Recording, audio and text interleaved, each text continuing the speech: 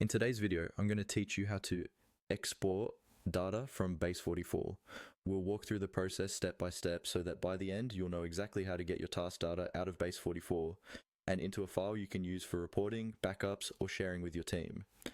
First, make sure you're logged into your Base44 workspace and that you have the right permissions to view and export task data. If you're unsure about permissions, check with your workspace admin before you start. Once you're in, begin on the main dashboard. This is usually the first screen you see after logging in. From the dashboard, you can access all the key areas of your workspace. Take a moment to let the page load fully so all the menus and options are visible. Next, look for the option labeled Data. This is where Base44 organizes the different entities and records in your workspace. Click on Data to open the Data section. You should now see a list of entities or tables that store information, such as tasks, projects, or other custom items your team might be using. From this list, find the entity called Task. This is where all your task-related records live. Click on Task to open the Task Data view.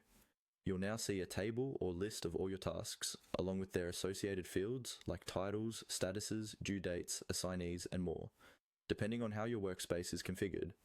At the top right or near the task table, look for an icon with 3 dots, sometimes called the More Options menu.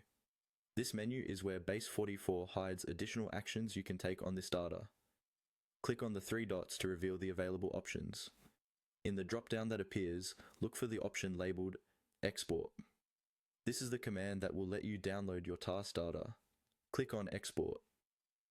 At this point, Base44 may either immediately start generating a file, or it may ask you to confirm details such as the export format or which fields to include, depending on your setup. After you confirm the export, wait for the file to be created and downloaded to your computer. When it's done, you'll typically get a CSV or similar file format. You can then open this file in tools like Excel, Google Sheets, or your preferred data analysis software. And that's it.